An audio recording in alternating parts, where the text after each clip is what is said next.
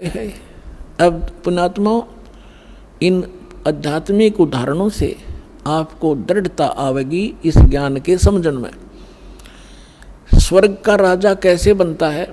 ये या तो तप करता है या धर्म यज्ञ करता है। 100 धर्म यज्ञ करनी पड़ती है इसको, जिसमें 100 मन देसी घी लगाना पड़ता है, और ऐसी 100 धर्म यज्ञ करनी पड़ती है, तब वो इंद्र की पदवी प्राप्त करता है। और इसके दौरान जो वर्तमान का इंद्र होता है, स्वर्ग का राजा, उसको एक हिदायत होती है, उसके लिए एक टर्म एंड कंडीशन होती है कि यदि तेरे शासनकाल में किसी अन्य व्यक्ति ने इंद्र की पदवी प्राप्त करने योग्य साधना कर ली, वो सफल हो गया, तो तुझे पद से हटाया जाएगा, उसको विराजमान किया जाएगा। इसको चिंता बनी रहती है कि कोई तेरे शासनकाल में कोई ऐसा तप साधना ना कर ले जिससे तेरा राज चला जा। इसलिए यहाँ पर गुप्त रूप में देवता और देवियों की, जो उसके अंतर्गत, वो तो नौकर हैं उसके, देवी देवता स्वर्ग के राजा के, उनकी ड्यूटी लगा देता। तो आपने देखा होगा, विश्वामित्र जी साधना करें थे, और एक मेनका नामक परियागी इंद्र की भेजी हुई, उसके ऊपर आसक्त हो गया, उसकी झोपड़ी में रही। एक लड़की होते और छोड़ के चली गई, अक्षय बाल ऋषि जी तेरा कर दिया काम। तो इंद्र को ये चिंता बनी रहती है कि कोई ऐसी तपस्या ना कर ले जिससे तेरा इंद्र पदवी जावे। और राज प्राप्ति के लिए राजा लोग ना जाने के अनर्थ करा दे, लाखों लोग मरवा देते हैं, पता नहीं के जुल्म करवा देते। तो इंद्र, उस इंद्र की पदवी के प्राप्त करने के लिए कहाँ तक गिर जाते हैं ये। एक मार्कंडे नाम के ऋषि साधना कर रहे थे। अपने आत्माओं, जैसे गीता अध्याय नंबर 4 के श्लोक नंबर 25 से लेकर 30 तक यही बताया गया है कि जो भी जैसी साधना कर रहा है उसको पापनाशक जानता है, उसको श्रेष्ठ मानता है। अब मार्कंडे ब्रह्म साधना कर रहे थे, इस ज्योति निरंजन की, वेदों अनुसार ओम नाम का जाप, और साथ में हठ योग और अड़ंगा डाल दिया इन्होंने। हठ योग ये कहाँ से लाए? हठ योग कोई वेद में हठ योग नहीं है, और ना गीता के अंदर इस हठ योग का प्रावधान है, ना वेदों के अंदर है, ना सूक्ष्म वेद के अंदर है। किसी महापुरुष का वर्णन नहीं है कि हठ योग करके हजारों वर्ष बैठे रहो। ये कहाँ से लिया इन्होंने? जब ब्रह्मा जी कमल के फूल पर बैठा था, और ब्रह्मा जी से इन्होंने ज्ञान प्राप्त है सारा। तो इसने बताया कि मैं जब कमल के फूल पर बैठा था, मुझे नहीं मालूम है कहाँ से जन्म हो गया मेरा। आकाशवाणी हुई कि तप करो तप करो, तपो तपो कर वाक्य सुनाया, लोक रचो बल मेरी माया। तो इसने सोचा भगवान की आकाशवाणी होगी, तप करने लग गया। 1000 वर्ष तप किया, फिर कहा कि जाओ सृष्टि करो। अब तप करवा दिया उस काल ने आकाशवाणी करके। इसने सोची भगवान का आदेश है, और बाद में वेद में ले इनको, वेदों में है नहीं ये तप करने का प्रावधान। तो इन्होंने ब्रह्मा जी से तो वो ले लिया तप, और वेदों से ले लिया ओम नाम, खिचड़ी बना ली। अब ओम नाम का जाप तो थोड़ी देर करेंगे, फिर तो बाकी समाधि में ज़्यादा लीन होते। समाधि क्या चीज़ है? जैसे आप फिल्म देखते हो, वैसे आप आध घंटे इस मन में टिका नहीं सकते। कभी उठोगे, कभी बैठोगे, कभी इधर देखोगे, चल वहाँ घूम आते हैं। और फिल्म 3-3 घंटे 4-4 घंटे न्यू आँख पाड़े बैठा रहे, क्यों? उसमें नए नए बकवाद इस मन को दिखे तो वहाँ टिका रहता है। इसी प्रकार समाधि क्या होती है? शरीर में खोजा इन्होंने भगवान, और परमात्मा के प्राप्त संतों ने और भगवान ने कहा कि अंड और पिंड के पार सो देश हमारा है। तो इसके अंदर जो चैनल बने हुए कमल, जैसे टीवी में चैनल होते हैं, जौन सा चैनल ऑन करोगे और उसमें जो भी आपका चैनल ऑन हो गया, उस कार्यक्रम जहाँ से हो रहा है वहाँ उसमें दिखता रहेगा, आप देखते रहोगे। अब क्या होता है, ये ऋषि लोग पिछले जन्म के पुण्यकर्मी प्राणी ही परमात्मा की तरफ में भटकते हैं। उनको जैसा मार्ग मिलता है उसमें वो दृढ़ होकर लग जाते हैं।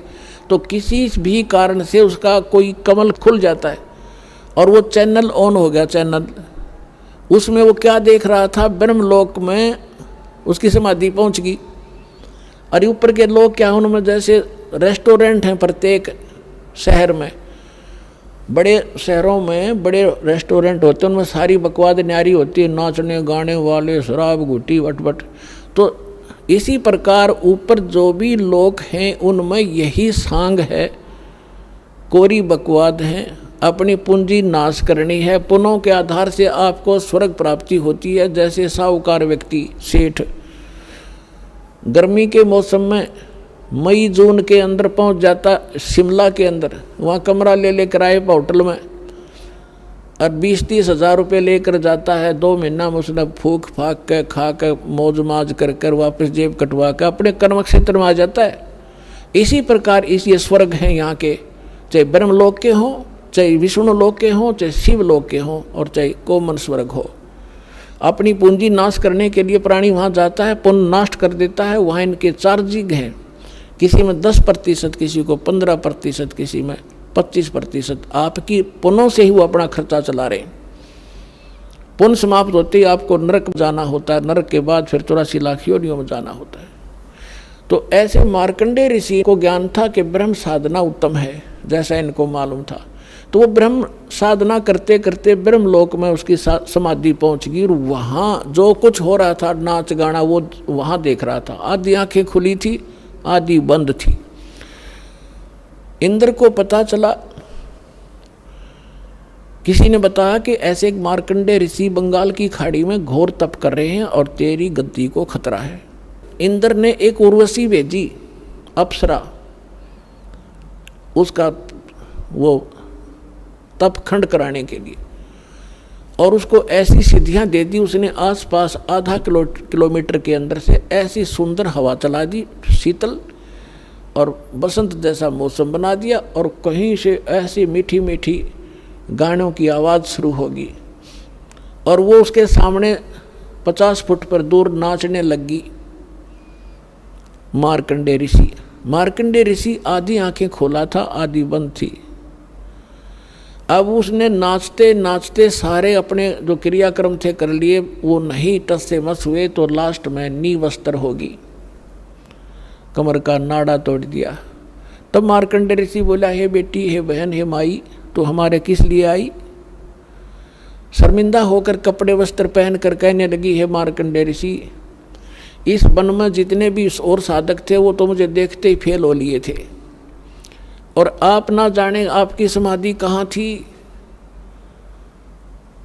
तब मार्कंडेय ऋषि ने कहा कि मेरी समाधि वहाँ थी जहाँ तेरे जैसी तो उन वहाँ के नाचने वालियों की नौकरानियाँ थी, पैर धोया करती उनके, धोती हैं। तुझे क्या देखूं, तेरे से कोई सुंदर हो उसने भेज। तब उसने कहा कि मैं इंद्र की पटरानी मैं ही हूँ। इंद्र के स्वर्ग के राजा की पत्नी खूबसूरत होती है, वही पटरानी बनती है, और पिछले पनों से ही वो आधार उसका बनता है। तो मार्कंडेय ऋषि ने कहा कि फिर आप यहाँ क्या करने आई कि आप मेरे साथ चलो इंद्रलोक में, नहीं तो मैं दुहागन की जाऊंगी, मुझे सजा दी जाएगी, तू हार का आगी, मेरी इज्जत रख दो। मार्कंडेय ऋषि बोला कि एक बात बता, जब इंद्र मरेगा जब तू क्या करेगी? अब वो लड़की कहती है कि मैं ऐसे ऐसे 14 इंद्र वरूंगी, 14 इंद्र पति बनाऊंगी। अब देखो पुण्यात्माओं, हमने कितने युग हो गए डले डोत्या ने। जैसे परमात्मा ने कहा है कि भिक्षुक लेकर होकर दर दर घूमया, ये मिला ना निर्गुण रसा। ये वास्तविक मार्ग आपको प्राप्त ना होने से कितनी साधनाएं कठिन की, उसका क्या क्या बेनिफिट आपको मिला। अब उस आत्मा जो इंद्र की पटरानी बनी हुई है, उसका जीवन काल और स्वर्ग का समय कितना?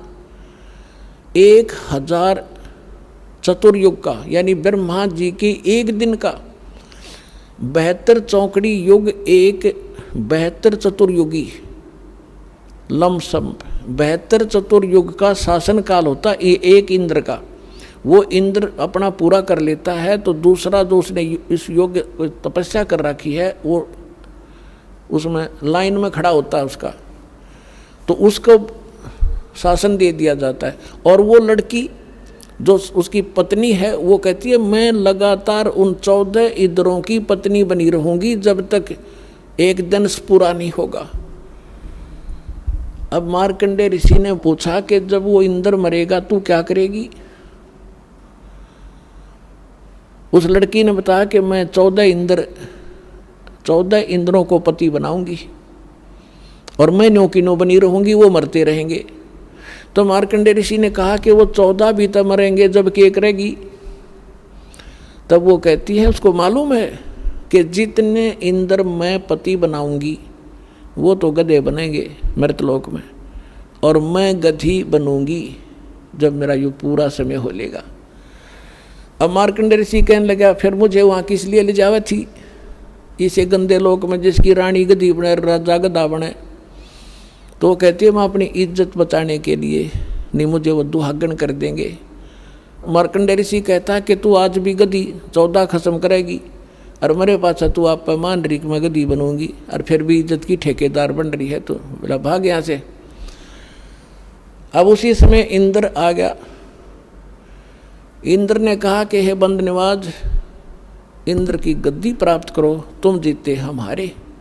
तो मार्कंडेय ऋषि कहने लगा अरे भोले व्यक्ति, अरे इंद्र तू क्या कह रहा है?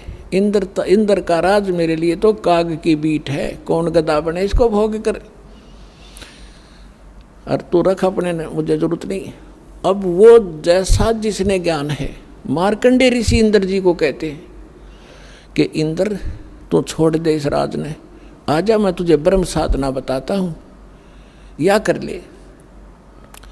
अपने आत्माओं मार्कंडेय ऋषि को ब्रह्म साधना का बेरा था, ज्ञान था। अब कल आपको बताया था, गीता अध्याय नंबर 8 के श्लोक नंबर 16 में बताया है कि ब्रह्मलोक पर्यंत ये सभी जन्म मृत्यु के अंदर है, फिर पुनरावृत्ति में आते हैं, कंप्लीट मोक्ष नहीं है, संपूर्ण मोक्ष नहीं। अब देखो पुण्यात्मा क्या बन रही है हमारे साथ, कहाँ खड़े हैं। जैसे आज कोई अच्छा अफसर है, IAS IPS इंजीनियर, या कोई अच्छा डॉक्टर है, या कोई MLA MP मंत्री बन रहा है। अब उसको कोई समझावे नो जाके कि आजा भक्ति कर ले, सतलोक आश्रम बरवाड़ा में चलेंगे, तो वो क्या कहेगा कि ना इब तब ना मौज करने दे फिर देखेंगे। तो वही इंद्र ने कहा, इंद्र बोला महाराज जी इब तो मैंने मौज करने दो, फिर कभी देखूंगा। बता अब फिर के देखा गधा बने पाचे, फिर तो कुमार देखेगा तने, 2.5 मन का बोरा कड़ पे मारेगा, लठगट्टों पर घुटनों पे। देखना अब देख, जो संत बता रहे हैं ये साधना कर, इन साधनाओं का निर्णय करो। जैसे मार्कंडेय ऋषि बता रहा था उसको ये कर ले, उसका आपको बता दिया कि वहाँ गए हुए प्राणी वापस आएंगे, फिर क्या खाक साधना वो। अब ये कंप्लीट इन ऑल रिस्पेक्ट, ये स्पिरिचुअल नॉलेज और कंप्लीट इसका समाधान इस दास के पास परमात्मा ने दे रखा है। ले और कल्याण कराओ, 2 अक्षर की बात है।